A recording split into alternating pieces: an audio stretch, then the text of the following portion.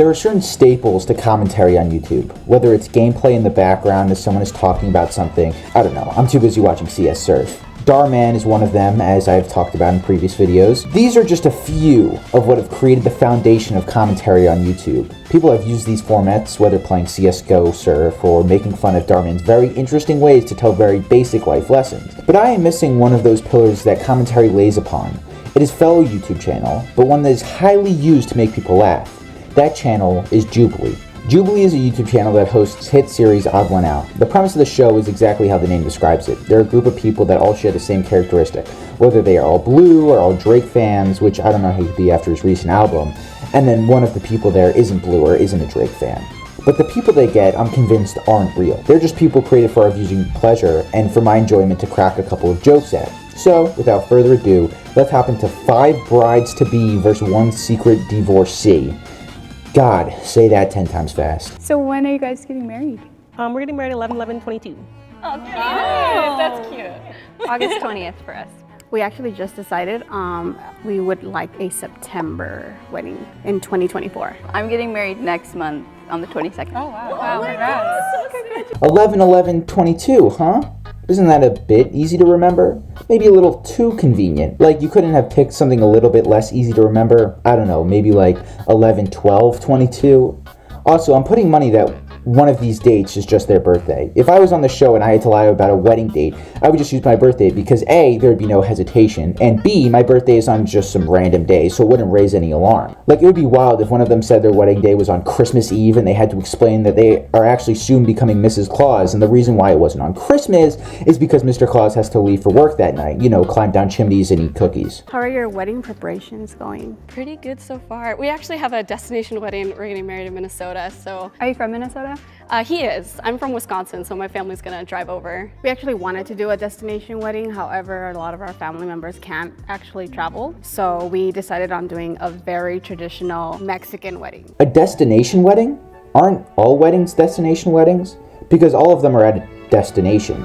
Who determines what is a destination and what isn't? Like, if I go to a different country, yeah, I could see whether it's a destination wedding. Different state, sure. But what if my wedding's a 20-minute drive to Applebee's? I would consider Applebee's a destination. Millions eat there every day. Actually, thinking about it, I'd rather my wedding be at Olive Garden.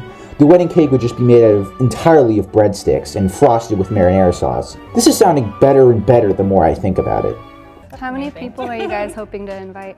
100 or less. Yeah, we have. Oh, really? Well, I have a really big family, and she has a really big family, so we're kind of hoping for it to be less than 200. Did you guys know the proposal was coming? No. Not at all. No, I mean, I kept sending her hints, you know. What would a hint consist of? I feel like when you're dropping hints to be married, you eventually just propose. Like, if you were to say, my ring finger's feeling a little light, or God, I can't wait to get married, you're being pretty straightforward. Like, I drop hints to people all the time when I don't want to do something, like, that table is mighty dirty and I'm embarrassed to be anywhere near it. Or, I smell really bad. Sometimes someone in my family would clean the table after hearing the first one and agreeing with me. The second one I use mostly at parties, but people just back away from me holding their nose instead of getting in the shower with me. I guess I just voted Savannah because we didn't really get much chances to talk, so I didn't really get to hear her story.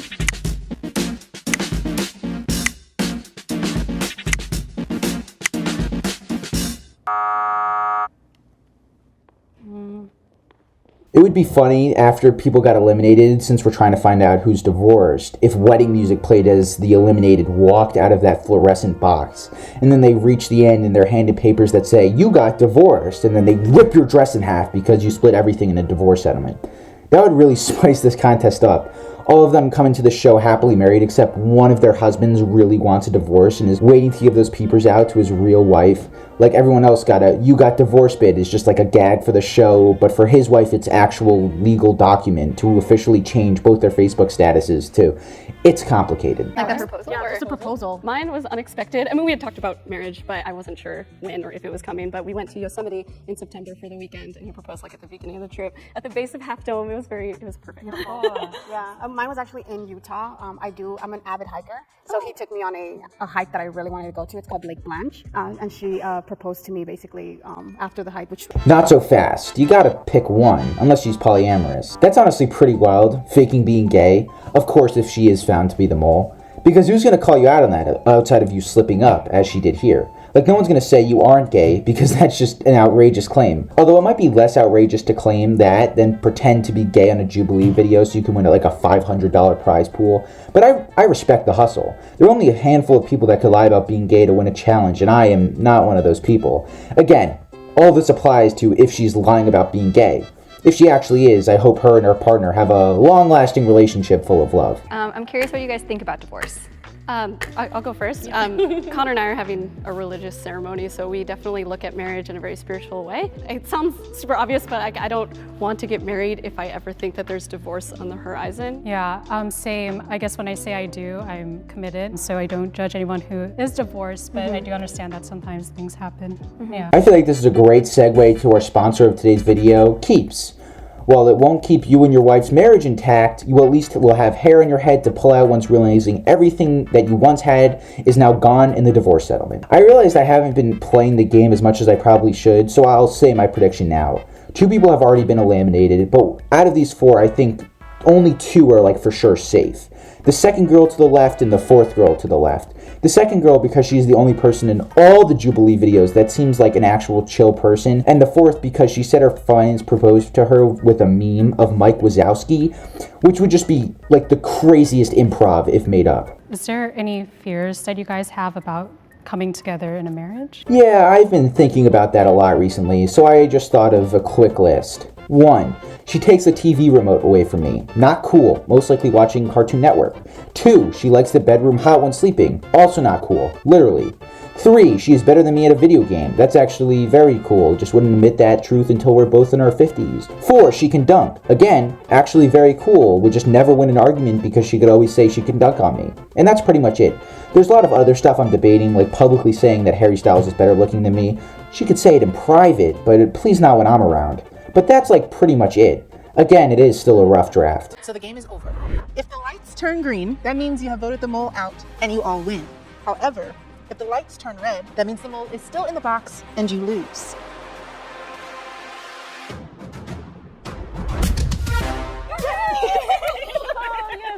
I like winning, so it's just fun. Will the mole please reveal themselves in 3, 2, 1. That's fucking wild. I said off camera, so you're gonna have to trust me, how wild it would be if someone was just lying about being gay, and she only went and fucking did it. That takes balls. Like big fucking balls. I can't believe someone would do that. Like, if she didn't fuck up and say he instead of she would have won. Easy. Because if they vote her off, what are they gonna say? Gay people aren't real? It was the perfect cover and she blew it. But I give her props for at least trying. So yeah, in the end, it actually turns out that she wasn't lying about being gay. She had just married a guy previously and then, messed up there. But she's currently dating a woman. So, yeah. Very interesting episode. Jubilee, this was fun, as always, and always remember that if you ever get into one of those Jubilee game shows, be outrageous, because everyone else is a coward and is like, oh, I'm normal, blah, blah, blah, I want to be like you guys. Do whatever the fuck you want. Say you have a pet dragon, because if they call bullshit on that, and then you're not telling the truth, oh, well, you had a pet dragon, of course you're lying. But if you are telling the truth that you have a pet dragon, you know how fucking sick that would be? So just think about that. Okay. Love you guys. Bye. Bye-bye.